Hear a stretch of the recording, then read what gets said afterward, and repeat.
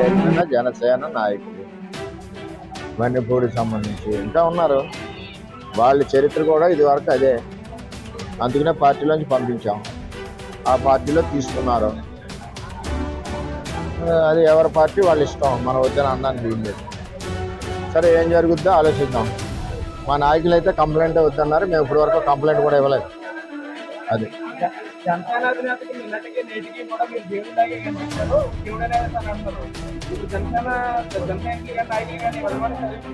ఆ బాధ్యత నేను నెరవేర్చాను.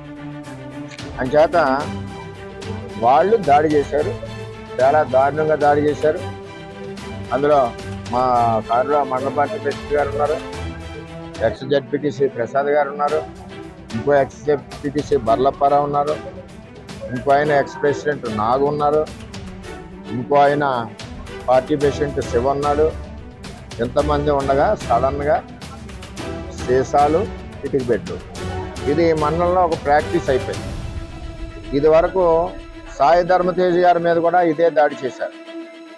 ఆ దాడి చేసినప్పుడు సరైన చర్యలు పోలీస్ యంత్రాంగం తీసుకోలేదు. ఆఖరికి వాళ్ళు వెళ్ళిపోయాక దాడి జరిగిందన్నారు తప్పితే, వాళ్ళు ఉండగా దాడి జరిగి దెబ్బలు తగిలితే వాళ్ళు వెళ్ళిపోయాక దాడి జరిగిందన్నారు. సరే, ఇదంతా కాంట్రవర్సీ ఎందుకని మేము మాట్లాడుకుంటున్నాం. ఇది నన్ను